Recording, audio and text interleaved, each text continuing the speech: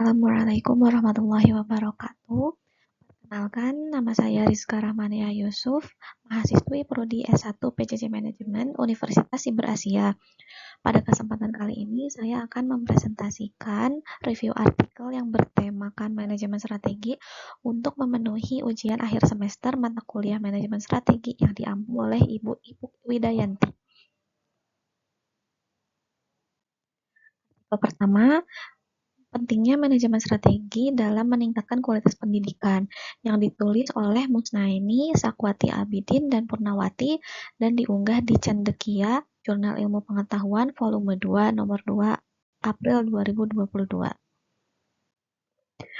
Artikel ini membahas peran manajemen strategis sebagai faktor kunci dalam meningkatkan mutu pendidikan di sekolah dan lembaga pendidikan. Manajemen strategis dipahami sebagai proses perencanaan, pelaksanaan, dan evaluasi strategi untuk mencapai tujuan pendidikan secara efektif dan berkelanjutan. Latar belakang pendidikan menunjukkan bahwa pemerintah Indonesia terus berupaya meningkatkan mutu pendidikan melalui standar nasional pendidikan. Namun, tanpa manajemen yang baik, sekolah berpotensi mengalami ketidakteraturan organisasi sehingga tujuan pendidikan sulit tercapai. Metode yang digunakan dalam artikel ini adalah studi literatur dengan menelaah 1 jurnal internasional dan 12 jurnal nasional. Hasil kajian menunjukkan bahwa sekolah yang menerapkan manajemen strategi secara konsisten mengalami peningkatan kualitas pembelajaran, tata kelola sekolah, serta mutu lulusan. Manajemen strategis mencakup 3 tahap utama, yaitu perumusan strategi, implementasi strategi, dan evaluasi strategi. Proses ini melibatkan analisis lingkungan internal dan eksternal sekolah, penetapan visi dan misi, serta pengelolaan sumber daya manusia secara optimal. Selain itu, keberhasilan manajemen strategis sangat bergantung pada kerjasama seluruh pemangku kepentingan, seperti kepala sekolah, guru, staf, orang tua, dan masyarakat. Artikel ini juga menekankan bahwa manajemen strategis mampu memperluas peluang masa depan sekolah, meningkatkan daya saing, serta meminimalkan risiko kegagalan organisasi. Namun demikian, penerapannya membutuhkan kesiapan sumber daya, pelatihan bagi guru, serta perencanaan yang matang agar tidak menambah beban kerja secara berlebihan. Artikel kedua, eksplorasi konsep dan model kepemimpinan dalam manajemen strategi. Ditulis oleh Triveni Ramadhani, Ahmad Anissa Marcella, dan Ahmad Muktamar. Diunggah di Multidisipliner volume 2 nomor 2 tahun 2024 halaman 243 sampai 264. Artikel ini membahas peran kepemimpinan sebagai faktor kunci dalam keberhasilan manajemen strategi organisasi. Kepemimpinan dipandang tidak hanya sebagai kemampuan memimpin individu, tetapi juga sebagai penggerak utama dalam perumusan, implementasi, dan evaluasi strategi organisasi. Tujuan penelitian ini adalah untuk mengeksplorasi berbagai konsep dan model kepemimpinan, serta menjelaskan bagaimana model tersebut dapat diterapkan dalam mendukung pencapaian tujuan strategi organisasi. Metode yang digunakan adalah library research dengan mengkaji berbagai literatur ilmiah yang relevan. Hasil kajian menunjukkan bahwa terdapat beberapa model kepemimpinan yang berpengaruh signifikan dalam manajemen strategi, antara lain kepemimpinan transformasional, transaksional, situasional, dan visioner. Kepemimpinan transformasional menekankan inspirasi dan perubahan, sementara kepemimpinan transaksional berfokus pada pengawasan dan penghargaan. Kepemimpinan situasional menyesuaikan gaya pemimpin dengan kondisi organisasi, sedangkan kepemimpinan visioner berorientasi pada arah dan tujuan jangka panjang. Artikel ini menegaskan bahwa tidak ada satu model kepemimpinan yang paling sempurna untuk semua organisasi. Keberhasilan manajemen strategi sangat bergantung pada kemampuan pemimpin dalam menyesuaikan gaya kepemimpinan dengan lingkungan internal dan eksternal organisasi. Pemimpin yang efektif mampu menggerakkan sumber daya manusia, membangun komitmen, dan menciptakan keunggulan kompetitif. Artikel ketiga, langkah-langkah manajemen strategi di lembaga pendidikan Islam, ditulis oleh Muhammad Kausar dan Siti Julaiha, diunggah di Journal of Instructional and Development Research atau JIDER, volume 3, nomor 1, Februari 2023, halaman 24 sampai 28. Artikel ini membahas pentingnya manajemen strategi dalam pengelolaan lembaga pendidikan Islam, khususnya madrasah, agar mampu bertahan dan berkembang di tengah perubahan lingkungan internal maupun eksternal. Manajemen strategi dipakai sebagai proses yang berkelanjutan untuk mencapai tujuan lembaga secara efektif dan efisien. Manajemen strategi terdiri dari 3 tahap utama, yaitu perumusan strategi, pelaksanaan strategi, dan evaluasi strategi. Pada tahap perumusan strategi, lembaga pendidikan Islam menetapkan visi dan misi, menganalisis kekuatan dan kelemahan internal, serta mengidentifikasi peluang dan ancaman dari lingkungan eksternal. Tahap ini menjadi dasar arah kebijakan jangka panjang madrasah.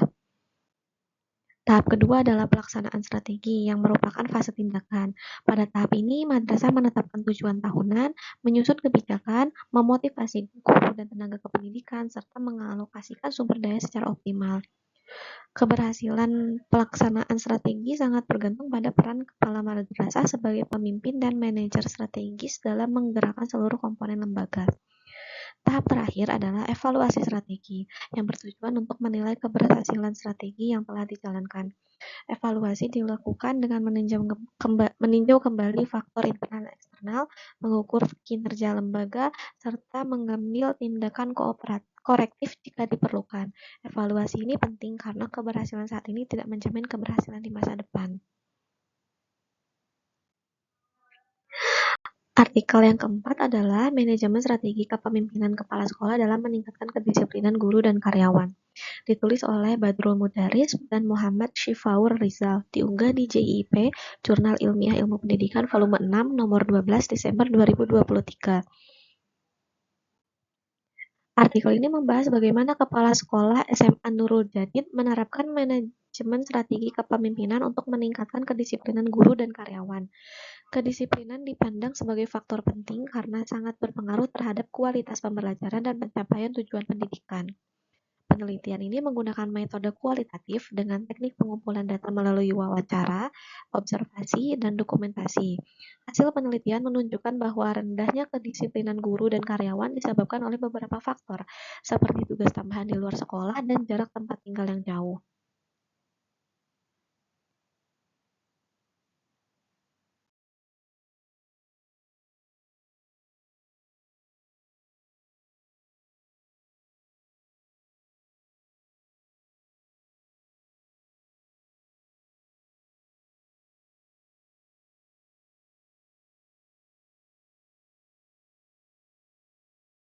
Yang ketiga, implementasi strategi melalui penerapan sistem typing menggunakan ID card dan absensi jam mengajar untuk mengontrol kehadiran dan tanggung jawab guru di kelas, disertai sistem reward and punishment. Keempat, evaluasi dan penyesuaian yang dilakukan secara rutin melalui rapat mingguan, 2 mingguan, dan bulanan untuk menilai efektivitas strategi dan mencari solusi atas kendala yang muncul. Artikel yang kelima adalah identifikasi manajemen strategis pada sekolah dasar negeri di era disruptif, yang ditulis oleh Kamaluddin, diunggah di Jurnal Ilmu Pendidikan dan Sosial atau JIPSI volume 1 nomor 3 Oktober 2022. Artikel ini membahas tentang peran manajemen strategis pada sekolah dasar negeri di era disruptif, yaitu era yang ditandai dengan perubahan cepat, persaingan tinggi, dan perkembangan teknologi yang pesat. Penelitian ini menggunakan metode kualitatif dengan subjek 10 kepala SD negeri di Kabupaten Brebes. Data diperoleh melalui wawancara, observasi, dan dokumentasi untuk mengetahui bagaimana penerapan manajemen strategis di sekolah. Hasil penelitian menunjukkan bahwa manajemen strategis sangat penting untuk meningkatkan daya saing sekolah, terutama melalui 3 aspek utama. Pertama, inovasi layanan, di mana sekolah harus mampu menyesuaikan pelayanan pendidikan sesuai kebutuhan siswa dan orang tua. Yang kedua, kompetensi sumber daya manusia, yaitu guru dan tenaga kependidikan harus terus meningkatkan kemampuan, bersikap adaptif, serta memiliki etos kerja yang baik. Yang ketiga, pemanfaatan teknologi digital, yaitu yang bertujuan untuk mempermudah proses administrasi, pembelajaran, dan pelayanan sehingga lebih efektif dan efisien. Artikel yang keenam adalah transformasi kepemimpinan dalam manajemen strategis di era digital, yang ditulis oleh Muhammad Sofianto, Muhammad Isa Ansori, dan Nurita Andriani. Diunggah di Jurnal Masyarif Al-Syariah, Jurnal Ekonomi dan Perbankan Syariah volume 9 nomor 1 tahun 2024 halaman 290 sampai 297. Artikel ini membahas tentang pentingnya transformasi kepemimpinan dalam manajemen strategis di era digital, di mana organisasi dituntut untuk cepat beradaptasi terhadap perubahan teknologi dan lingkungan bisnis yang semakin kompleks. Penelitian ini menggunakan metode kualitatif dengan pendekatan literatur review, yaitu mengkaji berbagai sumber ilmiah untuk memahami peran kepemimpinan transformasional dalam mendukung strategi organisasi di era digital. Hasil kajian menunjukkan bahwa kepemimpinan transformasional sangat berperan dalam mendorong keberhasilan transformasi digital. Pemimpin tidak hanya berfungsi sebagai pengambil keputusan, tetapi juga sebagai penggerak perubahan yang mampu membangun kepercayaan, memberikan inspirasi, serta memberdayakan anggota organisasi. Di era digital, pemimpin dituntut memiliki beberapa kompetensi utama, yaitu kreativitas, kemampuan komunikasi yang baik, kemampuan mengelola kegagalan, serta kemampuan memimpin inovasi. Selain itu, pemimpin juga harus memiliki pemahaman teknologi digital agar mampu mengarahkan organisasi secara efektif.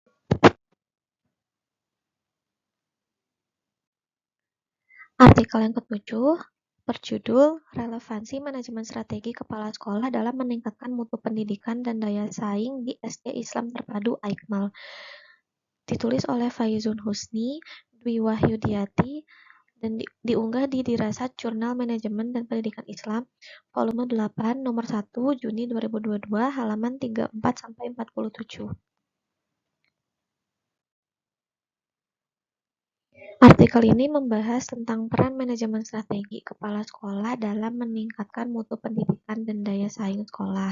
Latar belakang penelitian ini adalah masih banyaknya permasalahan di dunia pendidikan, seperti kualitas guru yang belum merata, sarana-prasarana yang terbatas, serta program sekolah yang belum sepenuhnya mendukung peningkatan mutu.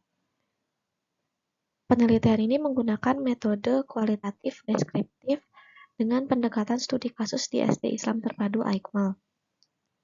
Teknik pengumpulan data dilakukan melalui wawancara, observasi, dan dokumentasi dengan subjek kepala sekolah, guru, dan komite sekolah.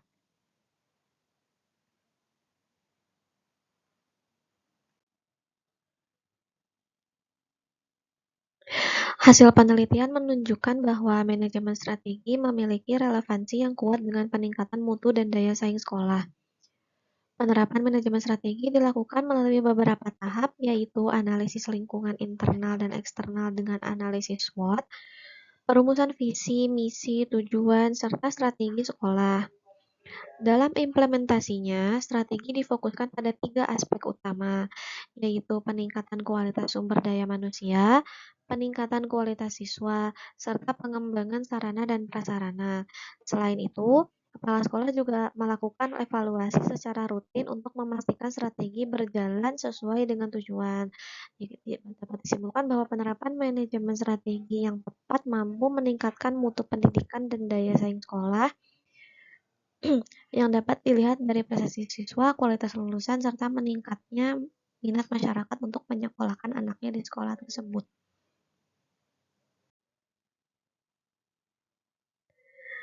Artikel yang ke-8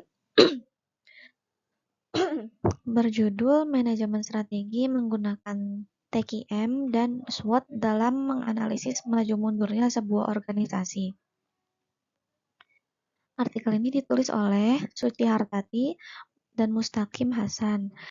Diunggah di An-Najah Jurnal Pendidikan Islam dan Sosial Agama, volume 2, nomor 2, bulan Maret 2023.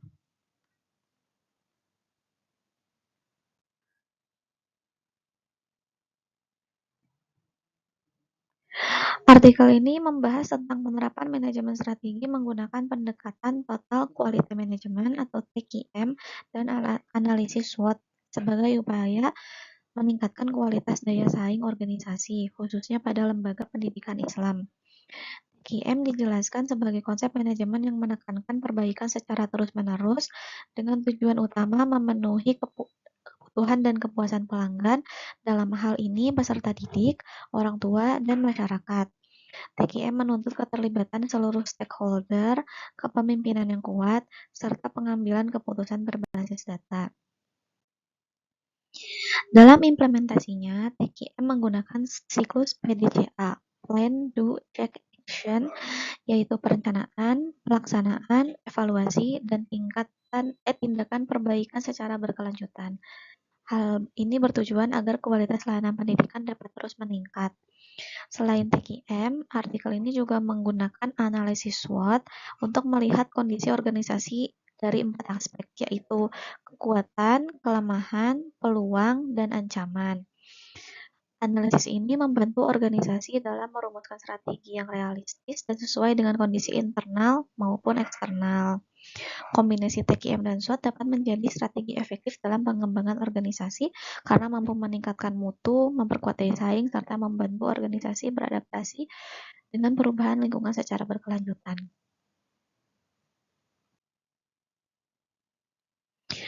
Artikel yang ke-9 berjudul Analisis Manajemen Strategi Kebijakan Pembaharuan Cortex Administration System atau CETAS dalam upaya penguatan reformasi administrasi perpajakan di Indonesia.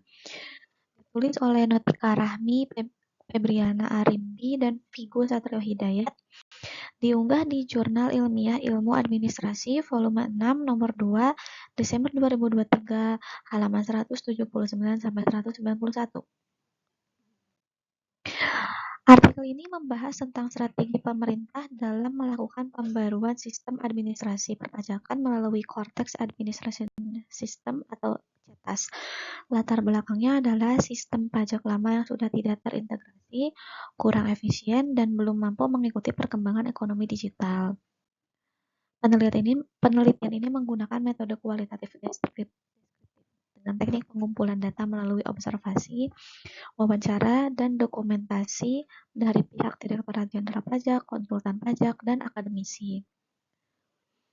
Hasil penelitian menunjukkan bahwa implementasi CETAS sudah direncanakan dengan cukup matang, didukung oleh pendanaan, kepemimpinan, struktur organisasi, sumber daya manusia, serta teknologi informasi. CETAS dirancang untuk mengintegrasikan 21 proses bisnis pajak dalam satu sistem terpadu, pendaftaran, pembayaran, pelaporan SPT, pengawasan, hingga pemeriksaan pajak. Berdasarkan analisis SWOT, kekuatan utama CETAS terletak pada dasar hukum yang jelas dan kewenangan DJP dalam mengelola data perpajakan. Peluangnya adalah meningkatnya kemudahan layanan dan kepatuhan wajib pajak. Namun, terdapat kelemahan berupa kurangnya sosialisasi dan kekhawatiran terkait keamanan data. Sementara itu, ancamannya adalah kesiapan teknologi, risiko gangguan sistem, serta potensi peretasan. CETAS merupakan strategi penting dalam reformasi perpajakan Indonesia karena mampu meningkatkan efisiensi, transparansi, dan kualitas layanan pajak. Namun, keberhasilannya sangat bergantung pada kesiapan teknologi, koordinasi antar lembaga, serta edukasi kepada masyarakat wajib pajak. Artikel yang ke-10 berjudul Rencana Manajemen Strategi Polda Sumber tahun 2025 sampai 2030, Analisis SWOT dan Rekomendasi Kebijakan. Ditulis oleh Nofriyadi Fernando dan Syafwandi. Diunggah di Inflasi, Jurnal Ekonomi, Manajemen, dan Perbankan, volume 2, nomor 2, bulan November 2025, halaman 158 sampai 165. Artikel ini membahas tentang penyusunan rencana manajemen strategi Polda Sumatera Barat periode 2025 sampai 2030 dengan menggunakan analisis SWOT sebagai dasar dalam merumuskan kebijakan keamanan publik yang lebih adaptif dan berkelanjutan. Penelitian ini menggunakan pendekatan kualitatif dengan metode studi kasus, di mana data dikumpulkan melalui wawancara, observasi, dan dokumentasi. Tujuannya adalah untuk mengidentifikasi kondisi internal dan eksternal organisasi yang mempengaruhi kinerja Polda Sumbar. Hasil analisis menunjukkan bahwa skor IFA sebesar 2,59 dan EVA sebesar 2,7 yang menempatkan Polda Sumbar pada kuadran 1 atau strategi agresif.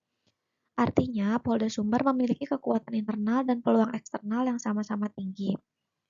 Kekuatan utama Polda Sumbar meliputi keterkaitan dengan Restra Polri Nasional, jejaring kerjasama lintas sektor, serta komitmen dalam peningkatan kualitas SDM. Sementara itu, kelemahannya adalah tingginya angka kriminalitas, keterbatasan fasilitas dan personel, serta manajemen data yang belum optimal. Dari sisi eksternal, peluang terbesar berasal dari sinkronisasi kebijakan dengan pemerintah daerah dan dukungan teknologi informasi. Sedangkan ancamannya meliputi dinamika sosial ekonomi dan potensi konflik politik lokal. Artikel yang ke-11 berjudul Manajemen Strategi untuk Akuntan Posisi Strategis. Ditulis oleh Saudur Masilaban, Rosa Belasari Simanjuntak, Mei Reini Purba, Ferry Gabriel Luman Tobing, dan Audrey M. Siahaan. Diunggah di Peshum, Jurnal Pendidikan, Sosial dan Humaniora, volume 4, nomor 3, bulan April 2025. Artikel ini membahas tentang pentingnya posisi strategis dalam manajemen strategi, khususnya bagi profesi akuntan di tengah dunia bisnis yang semakin kompleks dan kompetitif. Strategis menunjukkan bagaimana sebuah organisasi memposisikan diri di pasar untuk menciptakan nilai dan mempertahankan keunggulan bersaing. Penelitian ini menggunakan metode studi literatur dengan mengkaji berbagai jurnal, buku, dan referensi ilmiah yang relevan. Tujuannya adalah untuk memahami konsep posisi strategis serta alat analisis yang dapat digunakan dalam praktik manajemen. Hasil pembahasan menunjukkan bahwa peran akuntan telah berkembang dari sekedar mencatat keuangan menjadi mitra strategis manajemen. Akuntan tidak hanya mengelola data internal, tetapi juga menganalisis faktor eksternal seperti kondisi pasar, persaingan, dan perilaku konsumen untuk mendukung pengambilan keputusan strategis. Artikel ini menekankan dua alat utama dalam posisi strategis, yaitu yang pertama analisis SWOT yang digunakan untuk mengidentifikasi kekuatan, kelemahan, peluang, dan ancaman perusahaan sebagai dasar perumusan strategi.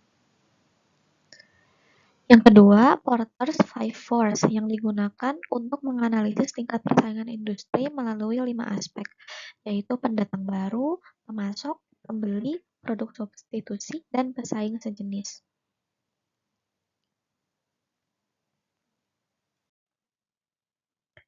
Artikel ke-12 berjudul Analisis Perencanaan Manajemen Strategi PT Japfa Comfit Indonesia menggunakan matriks SWOT dan BCG.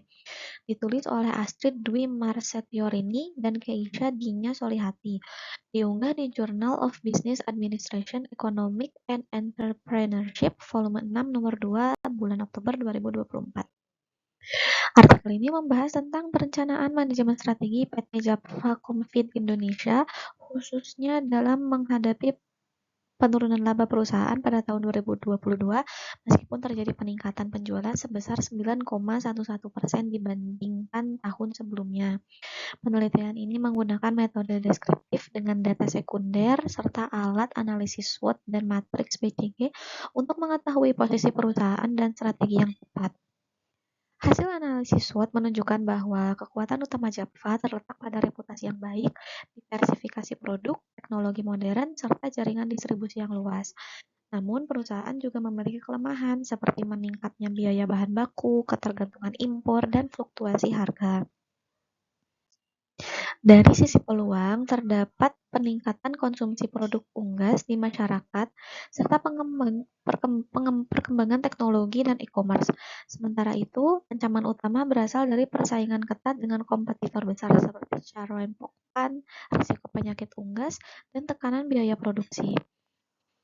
Berdasarkan matriks BCG, Japfa berada pada posisi cash cow, yaitu memiliki pangsa pasar yang tinggi tetapi berada dalam industri dengan pertumbuhan yang relatif rendah.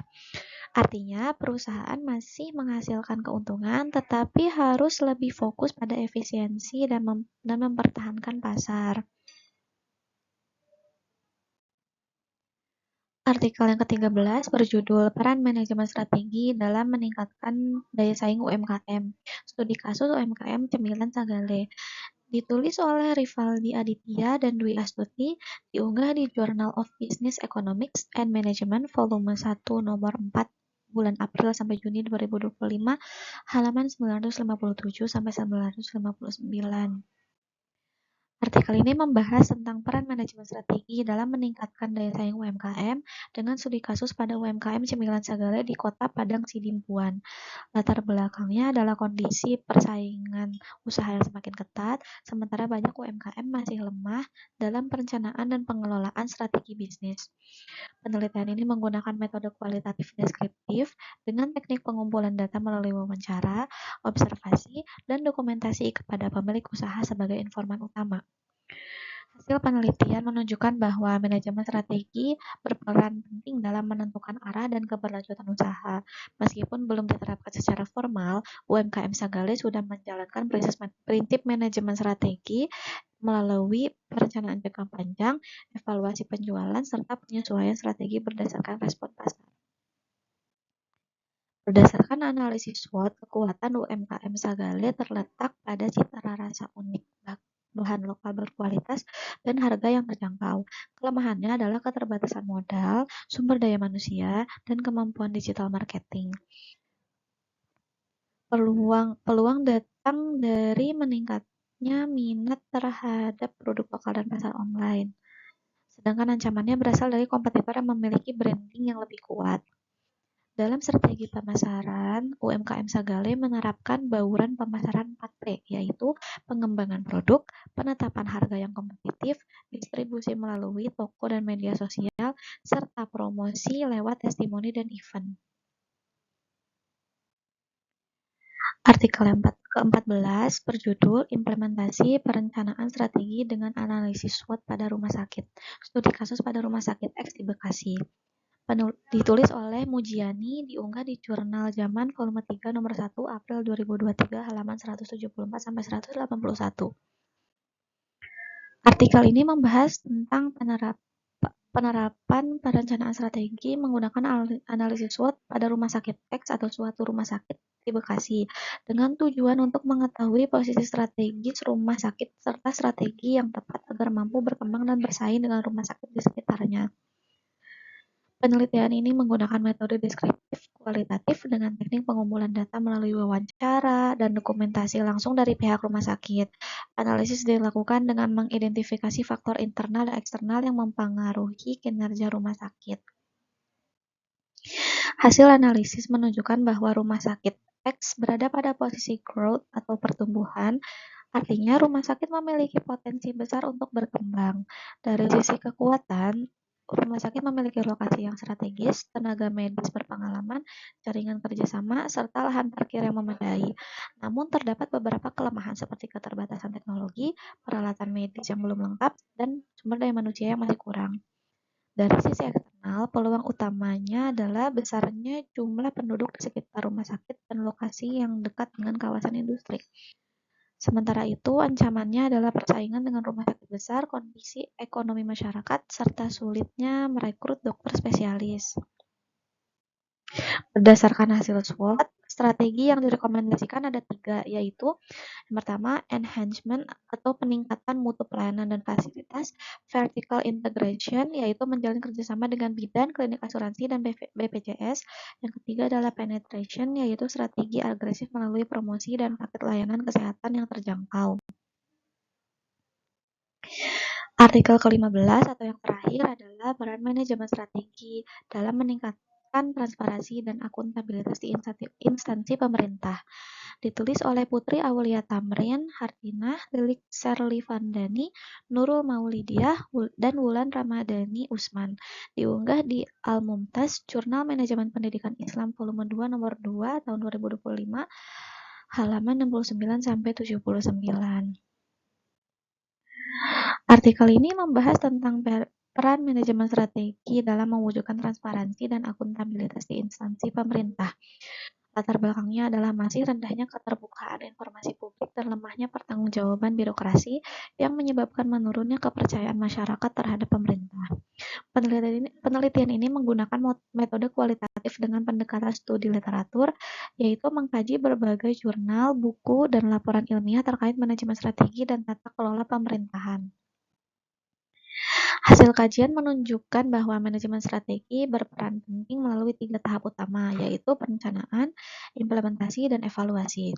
Pada tahap perencanaan, pemerintah menetapkan visi, misi, dan tujuan yang jelas. Pada tahap implementasi, kebijakan dijalankan secara konsisten dan terbuka. Sedangkan pada tahap evaluasi, kinerja diukur melalui sistem pelaporan dan pengawasan yang transparan. Artikel ini juga menjelaskan bahwa penerapan manajemen strategi dapat diperkuat dengan alat analisis seperti SWOT, PESTEL, dan Balanced Scorecard yang membantu pemerintah mengukur kinerja secara objektif dan terarah.